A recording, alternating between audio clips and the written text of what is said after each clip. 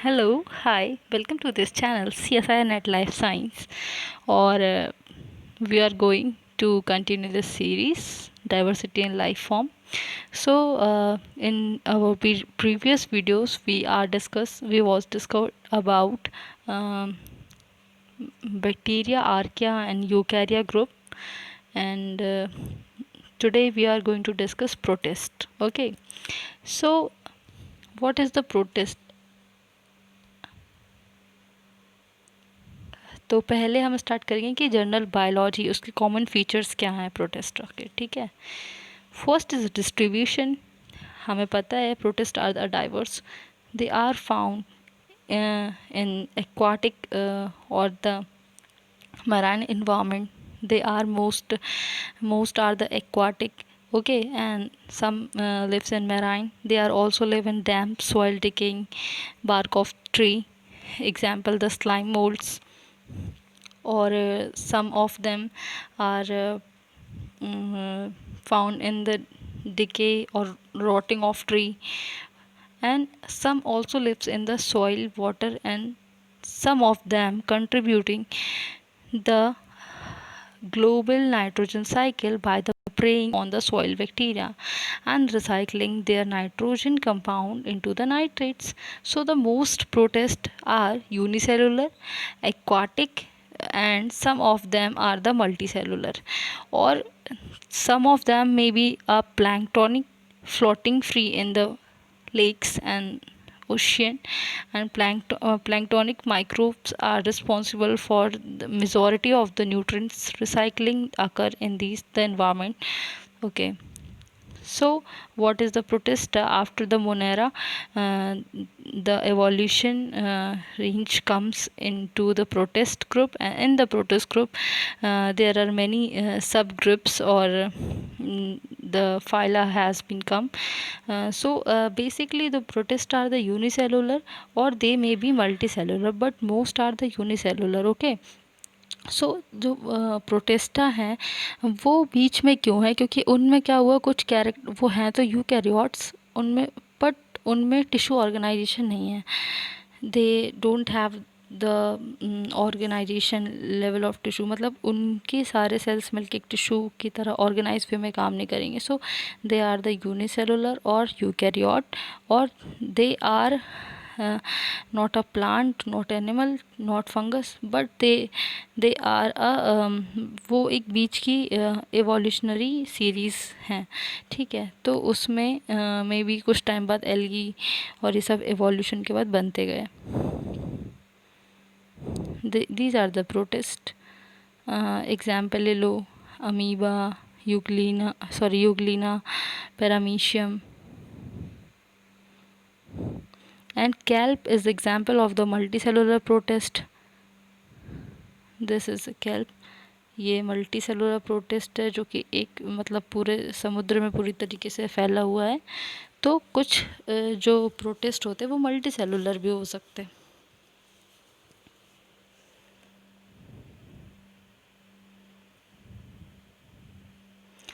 अब बात करेंगे न्यूट्रिशन की। सो मेनली बेसिक जो न्यूट्रिशन है इसकी बहुत ज़्यादा वाइड वैरायटी है, बहुत अलग अलग टाइप के न्यूट्रिएंट्स मतलब न्यूट्रिशन वो एज यूज़ कर सकते, और मे बी एक जो प्रोटेस्ट ग्रुप का मेंबर है वो दो या दो से ज़्यादा तरीके के न्यूट्रिशन की जो कैटेगरी है वो फॉलो कर सकता है। तो जो उसका वो एक बेसिक वे है वो हम डिस्कस करेंगे। So this is a protist group and nutrition is divided into the two category, autotrophic and the heterotrophic. in autotrophic हमें पता है कि वो खाना खुद बनाएंगे, तो उसमें क्या कैटेगरी है, फोटो ऑटोट्रॉफिक। फोटो ऑटोट्रॉफिक मतलब they used solar energy or the sunlight as energy source, or maybe present CO2, okay, and they synthesize their own food. So this is a photoautotrophic category, and in the heterotrophic category they are not sorry ये uni ओ आएगा, थोड़ी slides कुछ हो जाती हैं, तो please don't mind this, क्योंकि मैं जल्दी जल्दी खुद ही बनाने की कोशिश करती हूँ, तो कभी कभी कुछ मिस्टेक्स रहती हैं, तो हमें उन मिस्टेक्स को फोकस नहीं करना। मैं जो समझाने की कोशिश करी, तो होप सो आप लोग उस पर ध्यान दें और मुझे सपोर्ट करें। ओके, सो फोटो हेट्रोट्रॉफिक में क्या होगा कि वो लाइट को तो एनर्जी की तरह यूज़ कर रहा है, लेकिन CO2 की जगह वो कार्बन को as a energy source use करेंगे। So these are the photo heterotrophic. And second category, first is autotroph, second is heterotroph. In autotroph, the first category is the photoautotroph, and in the heterotroph, the first category is the photoheterotropic and second category is the chemoheterotropic. So the photoheterotropic means they use sunlight and use carbon instead of carbon dioxide. Okay, and in the second category, chemoheterotroph, they use chemical or chemical element as their electron source or the energy source, or they have further divided into the two category, holozoic and the saprozoic. Okay, so holozoic कैसे होंगे animal organism जो क्या करें, solid nutrients को use करें। For example, कोई protist है और वो किसी छोटे बैक्टीरिया, फाइटोप्लैंक्टन या कुछ भी कोई छोटी सी चीज़ है, बैक्टीरिया को अगर वो खाता, तो बैक्टीरिया एक कैसा है, बैक्टीरिया एक सॉलिड फॉर्म में है, तो ये जो इसका न्यूट्रिशन टाइप होगा वो होलोजोइक होगा। और अगर हम बात करें सेप्रोजोइक की, तो क्या होगा कि जो सेप्रोजोइक हैं, तो ये जो ऑलरेडी सॉल्युबल न्यूट्रिएंट्स होंगे, मान लो कि अर्थ में या जहाँ ये मेराइन सिस्टम है वहाँ पे कुछ सॉल्युबल न्यूट्रिएंट्स होंगे, such as the amino acids और द कुछ जो न्यूट्रिएंट्स होंगे, तो उन्हें ये क्या करेंगे कि डिफ्यूज़न, थ्रू द डिफ्यूज़न अपने अंदर ले लेंगे या एंडोसाइटोसिस के थ्रू ये अपने अंदर लेंगे। तो ये जो मोड ऑफ न्यूट्रिशन होगा ये सेप्रोजोइक होगा। और in the holozoic they try to engulf their prey और फेगोसाइटोसिस, मतलब वो क्या करेंगे कि अगर ये बैक्टीरिया है तो मे बी फेगोसाइटोसिस के थ्रू उसको ये ऐसे अंदर घेर के ले लिया या एनगल्फ कर लिया, या उनकी कोई और या वाटर करंट के थ्रू अंदर लाए। और जैसे पैरामीशियम है एग्जाम्पल, कि वो वाटर करंट के अंदर से वो अंदर लाता अपना और फिर उसको बाहर निकालता। तो ऐसे कुछ जो सॉलिड न्यूट्रिएंट्स का यूज़ करेंगे तो वो हो जाएंगे होलोजोइक, और जो सॉल्युबल का यूज़ करेंगे वो होंगे सेप्रोजोइक। So this is a picture for nutrition. This is amoeba. First is amoeba, जो क्या कर रहा है, एक प्रे को बाय द फेगोसाइटोसिस और सीडोपोडिया बना के इनगल्फ करने की ट्राई कर रहा। तो ये होलोजोइक के, ये सारे होलोजोइक के ही हैं। और ये जो है didinium, this is a protist which eats paramecium. तो ये देखो पैरामीशियम क्या है, सॉलिड फॉर्म है, और ये क्या कर रहा है, उनको इनगल्फ करने की कोशिश कर रहा है। इसी तरह ये पोडोफ्रिया, तो ये है, और इसी तरह ये है। तो ये सारे क्या कर रहे हैं कि they try to eat a solid nutrient. और अब हम बात करेंगे मॉर्फोलॉजी। तो मॉर्फोलॉजी में क्या हो गया, हाँ, और एक बात और, कि कुछ ऑर्गेनिजम्स कैसे होंगे कि वो क्या कर रहे होंगे, मे बी ऑस्मोसिस के थ्रू हो सकता वो अपना न्यूट्रिएंट्स अपने अंदर ले रहे हों। और कुछ कैसे होंगे कि जैसे ये थे कि कोई केमिकल सब्सटेंस का यूज़ कर रहा तो कीमो हेट्रोट्रॉफ में हो गए, कोई सनलाइट का यूज़ कर रहा तो वो आपके फ़ोटो ऑटोट्रॉफ होगा। लेकिन कुछ ऐसे होंगे जो मे बी ऑर्गेनिक और इनऑर्गेनिक दोनों ही फॉर्म का यूज़ कर रहे होंगे। So this category is known as mixotroph. Mix मतलब कि दोनों चीज़ें यूज़ कर रहे होंगे, और मे बी उनके पास इससे भी ज़्यादा मेथड होंगे। So this is the nutrition of the protist. Okay, and morphology. So morphology में क्या है कि बहुत सारे कैरेक्टर हैं। सबसे पहले तो क्या है कि प्रोटिस्ट जो होते हैं उन्हें बहुत ज़्यादा high ratio cell surface intercellular volume चाहिए रहता है। मतलब क्या है कि उनको जो रेशियो है वो ज़्यादा चाहिए रहेगा सेल सरफेस का और इंटरसेलुलर वॉल्यूम का। तो सबसे पहला अगर उसमें कोई वो स्ट्रक्चर है तो प्लाज्मा लेमल आएगी। क्यों? क्योंकि जितने भी प्रोटिस्ट हैं they are eukaryotic and in many respect their feature of the cells are the same as the plant and animal, but complexity कहाँ से अराइज हो रही कि जो फंक्शंस हैं वो केवल एक सिंगल सेल परफॉर्म कर रही और उनके पास कोई उनकी ऑर्गेनाइज ऑर्गन्स नहीं है। They are eukaryotic, yes, but जैसे कि एक यूकैरियोटिक सेल है प्लांट एनिमल, तो दे हैव अ अगर उन्हें एनर्जी ड्राइव करनी तो दे हैव अ माइटोकॉन्ड्रिया, और प्लांट के पास क्लोरोप्लास्ट है, सेंट्रियोल्स हैं, न्यूक्लियस है, डिफरेंट चीज़ें हैं, but they are eukaryotic, but they don't have any specialised organ. Okay, so यहाँ ये यूकैरियोटिक से एक कॉम्प्लेक्सिटी फॉर्म करके अलग फीचर बनाता है, ठीक है। तो अब क्या है, क्योंकि सेल मेम्ब्रेन जो है वो कैसी होनी चाहिए, और उनको ये मैटर करता है कि जो सेल मेम्ब्रेन है वो सेंटर से थोड़ी पास होनी चाहिए, ताकि जो भी अगर वो न्यूट्रिएंट्स ले रहे तो वो जल्दी सेंटर तक पहुंच सके डिफ्यूज़ होके। अगर ये सेंटर इतने दूर है और इसकी सेल सरफेस और ज़्यादा दूर होगी तो उसे और टाइम लगेगा आने में, और अगर जितने ज़्यादा पास होगी तो वो उतने जल्दी आ पाएगा। तो इसलिए वो थोड़े से कैसे होंगे कि उनकी सेंटर और जो सेल मेम्ब्रेन का पार्ट है वो थोड़ा सा डिस्टेंस उसके बीच कम होगी, जिसकी वजह से क्या होगा कि मॉलिक्यूल ईजिली वो डिफ्यूज़ कर पाएगा। अब बात करेंगे क्या कि सबसे पहला क्या है, प्लाज्मा लेमा, ठीक है। तो प्लाज्मा लेमा में क्या है कि cell membrane of the protist is too identical that multicellular organism. मतलब क्या हुआ कि जो सबसे सेल के सबसे बाहर वाली जो आइडेंटिकल एक मल्टी सेलुलर ऑर्गेनिज्म की लेयर आई उसको हम लोग बोलेंगे प्लाज्मा लेमा। एंडोप्लाज्म क्या होगा, सॉरी हाँ, एक जो इम्पोर्टेंट पॉइंट है न्यूट्रिएंट्स का, क्या कि जैसे कि कुछ ऑर्गेनिज्म हैं उन्होंने क्या किया,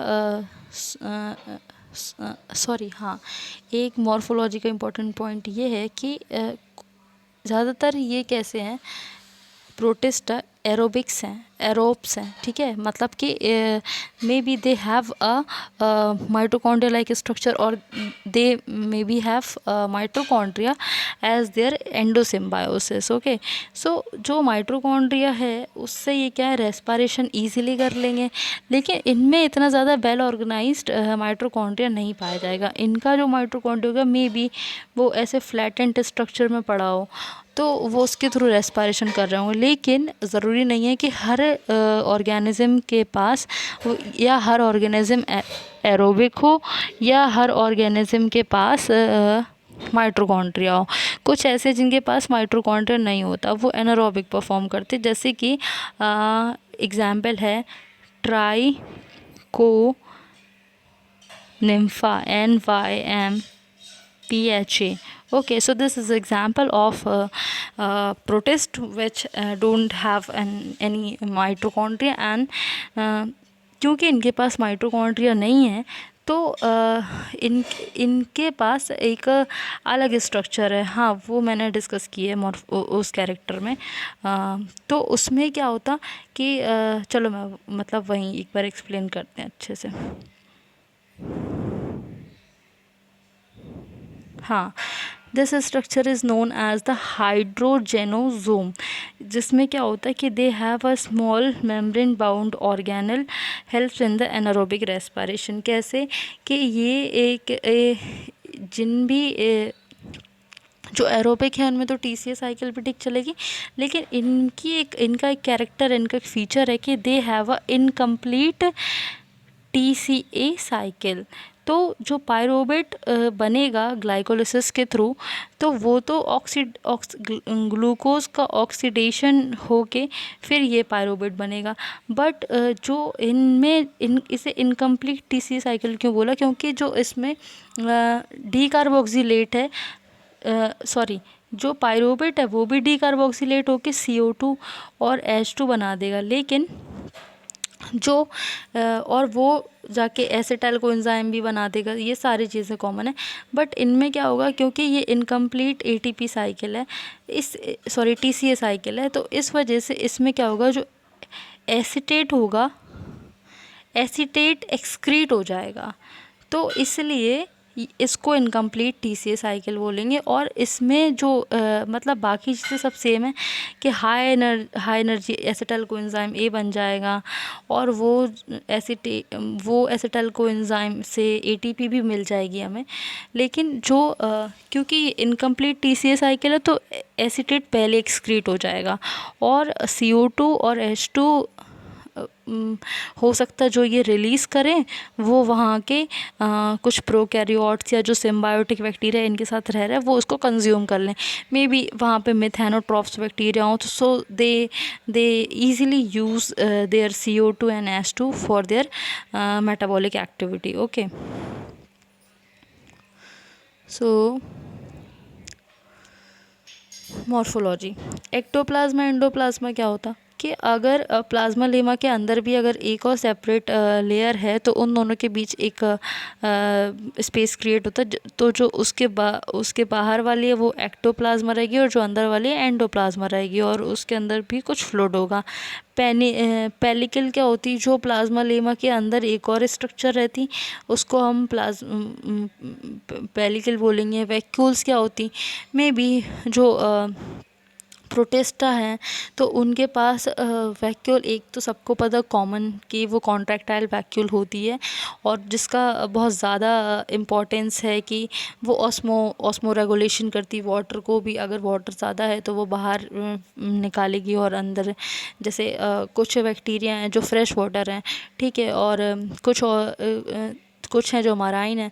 तो जो फ्रेश वाटर हैं वो कैसे इन्वायरमेंट में रह रहे हैं, हाइपरटोनिक इन्वायरमेंट में, तो उनको जो वाटर एग्जिस्ट हो रहा वो बाहर एक्सपेल करने का काम कॉन्ट्रैक्टाइल वैक्यूल का है। लेकिन उसके अलावा भी डिफरेंट टाइप की वैक्यूल्स उसके अंदर होंगी। For example the food vacuole, और आपकी सॉरी हाँ, सिक्रीटरी वैक्यूल तो है ही, कॉन्ट्रैक्टाइल वैक्यूल। तो फूड वैक्यूल्स भी प्रेजेंट होंगी, और डिफरेंट टाइप के वैक्यूल प्रेजेंट होंगे, मे बी गैसियस एक्सचेंज के लिए। तो वैक्यूल्स, ओके। फिर नेक्स्ट इज़ द साइटोस्टोम और द सेल माउथ। ये एक स्पेशलाइज्ड स्ट्रक्चर होता है कुछ प्रोटिस्ट में, जो कि फेगोसाइटोसिस के काम आता है, और इसको कॉमन नेम इसका है mouth vacuole. So the most are aerobic chemo organotrophic form have mitochondria with, हाँ ये मैंने करेक्टर आपको बता दिया कि उनका जो माइटोकॉन्ड्रिया होगा वो मे बी डिस्कॉइड, ट्यूब्यूलर, लैमलर और सिस्टर्नी मॉर्फोलॉजी में मतलब उसकी ऐसी मॉर्फोलॉजी होगी। और जिनके the protist which have not a mitochondria for respiration, they have a hydrogenosome. Okay, and the pyroid is the structure which stores the starch or their food reservoir, and kinetosome, you all are studied about the chromosome. यहाँ जो इनका centromere होता है, यहाँ पे एक अगर इसकी जूम स्ट्रक्चर दिखते हैं तो एक बॉडी होती है, उसे हम लोग बोलते हैं किनेटोसोम।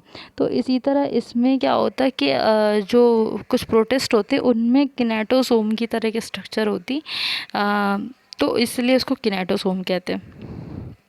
अब क्या है इसमें कॉन्ट्रैक्टाइल वैक्यूल। तो कॉन्ट्रैक्टाइल वैक्यूल का बहुत मतलब ये उसकी एक्सचेंज ऑस्मो रेगुलेशन की साइकिल है कि वाटर अमीबा के अंदर आया, एंड देन एक्सेस वाटर है जो एंटर हुआ वैक्यूल के अंदर, वैक्यूल स्वेल हुई, और वैक्यूल ने वाटर अमीबा के बाहर एक्सपेल कर दिया। ये इसके ऑस्मो रेगुलर में तो काम आती है, और साथ ही क्या हुआ कि अगर वही कि हाइपरटोनिक सॉल्यूशन है तो ये बहुत ज़्यादा मेन रोल प्ले करेगी, और साथ में क्या है कि ऑस्मेटिक प्रेशर को भी मेंटेन करके रखती है, इन्वायरमेंटल फैक्टर को भी थोड़ा सा कंट्रोल करके रखती है। So these are the common feature of the contractile vacuoles. This is the structure of the protist, और ये यूग्लिना का डायग्राम है। तो इसमें प्लाज्मा लेमा भी है, ये न्यूक्लियस है, और ये इसकी फूड रिजर्व है पायरेनॉइड, This is a contract vacuole of the Euglena, and so this is a basic structure of the protist. Okay, we have discussed this. अब बात आएगी लोकोमोशन की। तो locomotion is a very important thing, और most of group include the cell that move either by the void motion or by the ciliary action. तो और कुछ flagella के थ्रू भी मोशंस करते। तो जो अमीबा होता, हमने ये तो बचपन से पढ़ा कि उसके पास क्या है, स्यूडोपोड है, वो अपने स्यूडोपोड बनाता रहता। अब उसमें भी कुछ साइंटिस्ट की अलग अलग थ्योरी है कि वो स्यूडोपोड बनाता अगर बीच में कोई चीज़ आए। शायद आपने अगर ग्रेजुएशन में जूलॉजी ली होगी तो आपने उसमें पढ़ा होगा, तो वो ऐसे उसको नापते हुए चला जाता। कुछ कहते कि वो वैसा मोशन करता कि आगे की तरफ अपना पूरा जो मास है, मतलब उसका जो बॉडी मास है उसको धकेलेगा, फिर वो स्प्रेड होगा, फिर वो आगे की तरफ धकेलेगा, फिर ऐसे। तो सब ने अपने अलग अलग कॉन्सेप्ट दिए हैं इसकी मोशन के लिए, बट द मेन कॉन्सेप्ट हमने पढ़ा होगा कि उसके पास क्या है, स्यूडोपोडिया वो बनाता अपने, और वो उससे उसके थ्रू मोशन करता।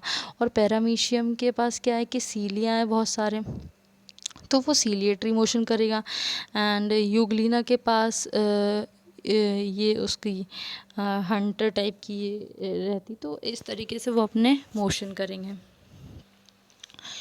तो जो फ्लैजिला है, फ्लैजिला भी कुछ में रहेगा। तो फ्लैजिला वैसे ज़्यादा कॉमन नहीं है, मोस्टली आपने सीलिएटरी मोशन और आपने स्यूडोपोड वाला ये फैक्ट देखा होगा। तो एक वीडियो है जो मैंने डाउनलोड की थी, तो उसमें ये इन तीनों का मोशन है, तो वो आप देख सकते हैं।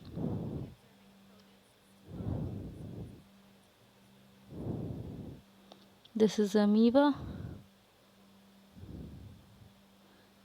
This is a motion of amoeba, easily animated videos. Sorry, ये माइक्रोस्कोप के अंदर वीडियो है जो इंटरनेट पे डली रहती, तो मैंने ये एक एग्जांपल के लिए वहाँ से लेके इसमें ऐड कर दी कि आप लोगों को मोशन समझ में आए। और ये देखो, ये इसमें ये इसने इनगल्फ कर लिया अपने प्रे को, और ऐसे इजीली ये खा जाएगा। उसके बाद क्या है, दिस इज़ अ पैरामीशियन, और ये एक सीलिएटरी मोशन कर रहा है। ओके,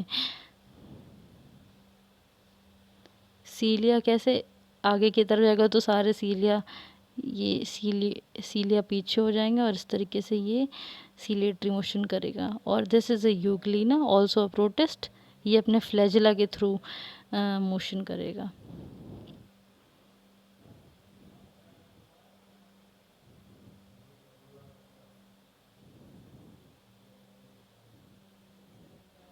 सो ईज़िली आपको समझ आ गया होगा कि लोकोमोशन आखिर वो करता कैसे है। ठीक है, अब बात करेंगे इंसिस्टमेंट की और एक्सिस्टमेंट की।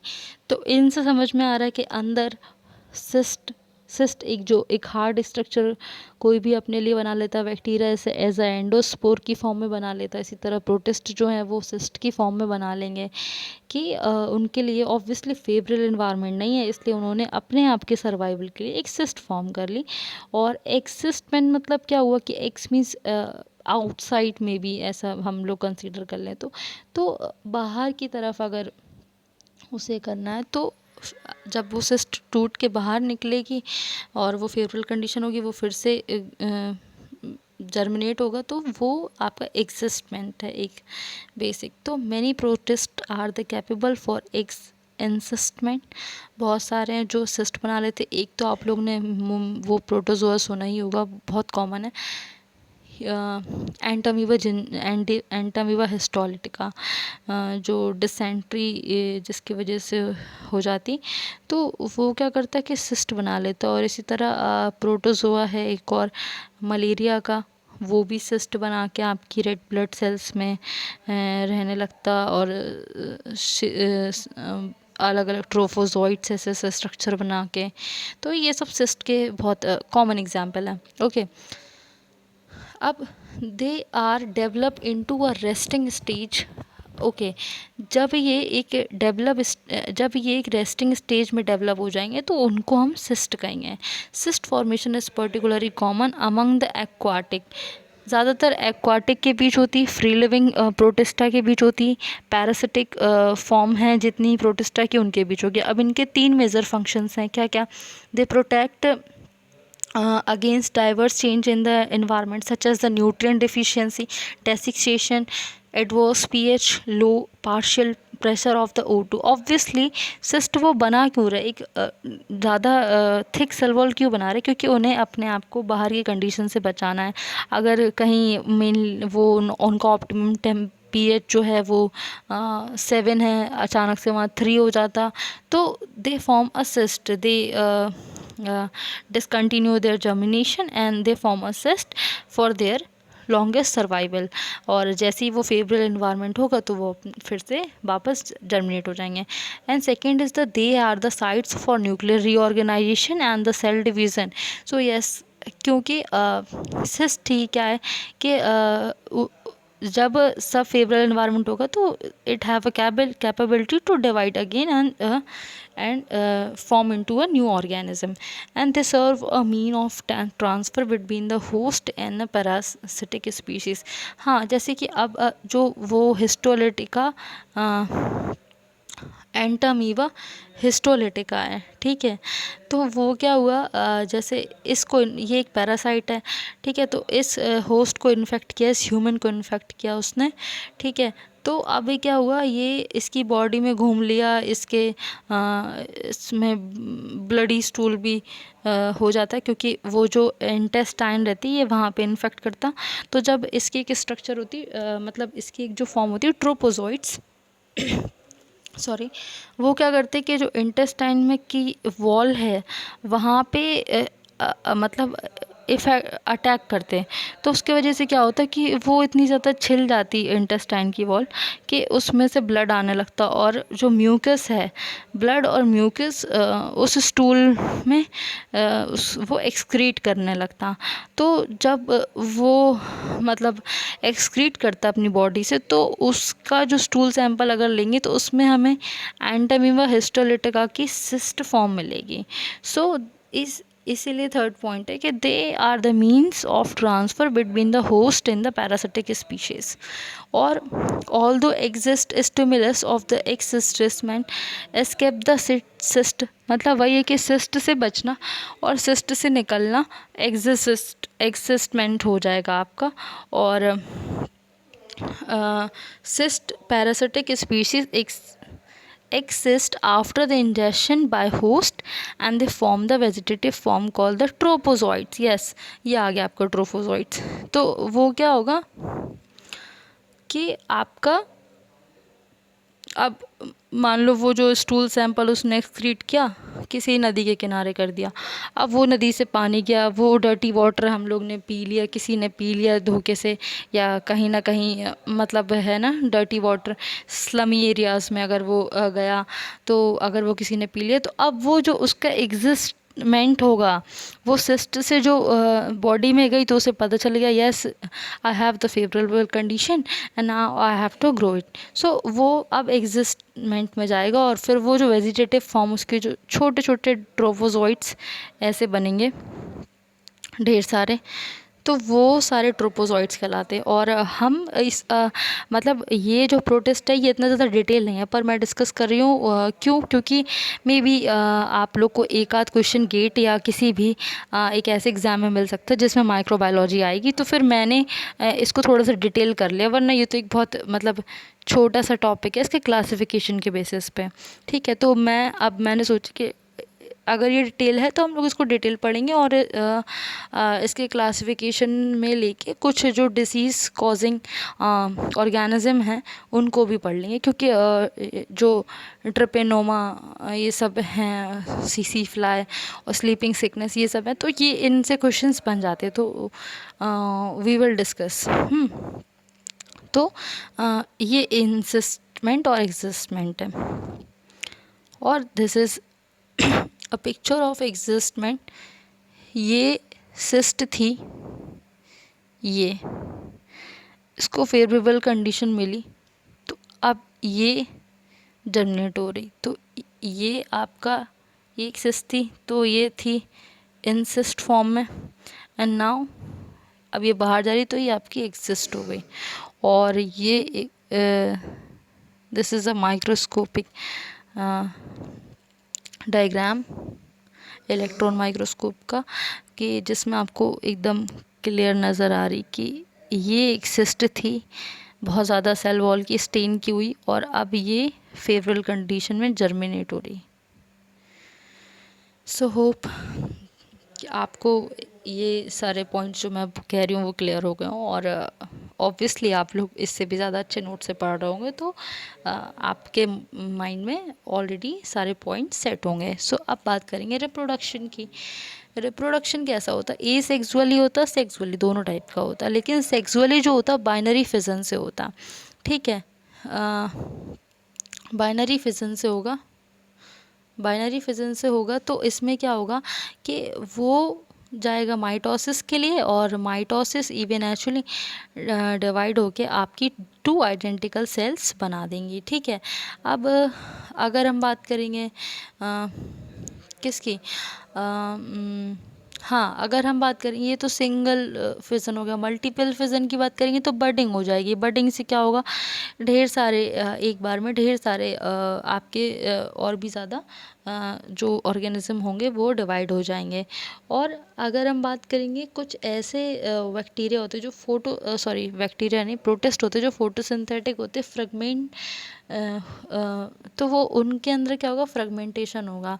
और कुछ जो खुद ही अगर टूटे हुए फ्रेगमेंट्स होते तो वो खुद ही डिवाइड, मतलब खुद ही ग्रो होके कहीं अटैच होके एक कंटिन्यू पूरा डेवलप ऑर्गेनिज्म बना लेंगे। और जो फोटोट्रॉपिक, फोटोसिंथेटिक और फिलामेंटस होते, तो वो ऐसे फिलामेंटस होते तो ऐसे फ्रेगमेंटेशन करके एसेक्सुअल रिप्रोडक्शन करेंगे। सो ये जो डायग्राम है, ये डायग्राम है, इसमें बाइनरी फिजन हो रहा, यूग्लिना का, ट्रिपेनोसोमा का, यूग्लिफाई का, के। और अगर बात करें सेक्सुअल रिप्रोडक्शन की, तो सेक्सुअल रिप्रोडक्शन में क्या होगा कि जो गैमीट्स हैं सॉरी, जो गैमीट्स हैं वो क्या होंगे, 2 टाइप के बनेंगे, एक मेल गैमेट, फीमेल गैमेट, मतलब या अपोजिट गैमेट कह देते हैं उन्हें, प्लस माइनस कह देते हैं। तो वो क्या होगा कि उनको हम लोग बोलेंगे गैमॉन्ट्स, ठीक है। तो अब ये आपस में जब फ्यूज़ होंगे, और जब ये फ्यूज़ हो जाएंगे तो इसको हम लोग कहेंगे सिनगैमी, मतलब कि इनके न्यूक्लियस फ्यूज़ हो गए, ठीक है। और ये सिनगैमी में 2 टाइप हो सकते, एक तो आइसोगैमी, मतलब सिमिलर टाइप के सिमिलर टाइप के न्यूक्लियस, या तो सिमिलर टाइप के, एक्चुअली ना वो पता नहीं क्या था, कुछ शायद छोटा सा जानवर होगा, मैं डर गई सॉरी, रियली सॉरी, ठीक है। तो आइसोगैमी में क्या होगा कि वो मतलब सेम टाइप के गैमिट्स फ्यूज़ होंगे। और एक होता है एनाइसोगैमी, ANISO, उसमें क्या होगा कि डिफरेंट टाइप के जो न्यू गैमिट्स होंगे वो फ्यूज़ होंगे, ठीक है। तो ये आपका होगा एक तो ये हो गया गैमिट्स फ्यूज़न, और फिर इनमें जो मियोसिस होगा, इसमें मियोसिस कब होगा कि जब जो 2 गैमिट्स आपस में मिल जाएं, तब उसके बाद गैमिट्स होगा। और ये ज़्यादातर किस में, लोअर प्लांट्स में देखने को मिलता है, जैसे एल्गी वगैरह हो गए, या उनसे भी कुछ लोअर जो रिसेंटली, मतलब उसी टाइम डेवलप हो रहे हैं, तो उनमें ये ज़्यादा देखने को मिलता। और अगर प्रोटिस्ट में, एनिमल के सेंस में अगर हम ले लें, तो कॉन्जुगेशन ज़्यादा फेमस है, मतलब क्या ज़्यादा कॉमन है। तो वो देखा होगा कि ये